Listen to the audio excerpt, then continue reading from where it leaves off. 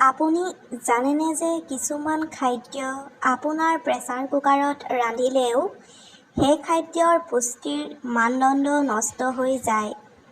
বহুতেই প্ৰেছাৰ কুকাৰত ৰান্ধি সময় ৰাহি কৰে।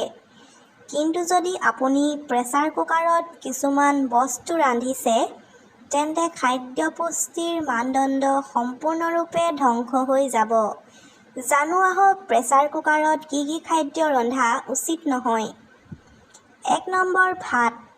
আমি প্ৰায় খৰখেদা কৰি প্ৰেছাৰ কুকাৰত ভাত ৰান্ধোঁ। কিন্তু প্ৰেছাৰ কুকাৰত ভাত ৰান্ধিলে শৰীৰৰ বাবে বৰ বেয়া। গতিকে কিছু সময় থাকিলে নিশ্চয়কৈ বেলেগ এটা পাত্ৰত ভাত ৰান্ধিব। ২ নম্বৰ, মাছ।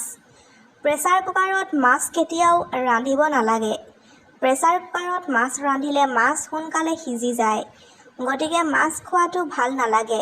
গতিকে প্ৰেছাৰ কুকাৰত কেতিয়াও মাছ ৰান্ধিব নালাগে। ৩ নম্বৰ, কণী। প্ৰেছাৰ কুকাৰত কণী ৰন্ধা উচিত নহয়। আমি প্ৰায় প্ৰেছাৰ কুকাৰত কণী উতলাই লওঁ।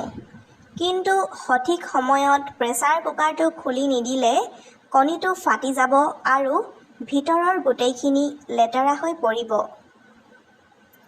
৪ নম্বৰ, শাক-পাচলি। প্ৰেছাৰ কুকাৰত কেতিয়াও শাক-পাচলি ৰন্ধা উচিত নহয়। প্ৰেছাৰ কুকাৰত শাক-পাচলি ৰান্ধিলে শাক-পাচলিৰ পুষ্টিকৰৰ মূল্য নষ্ট হয়।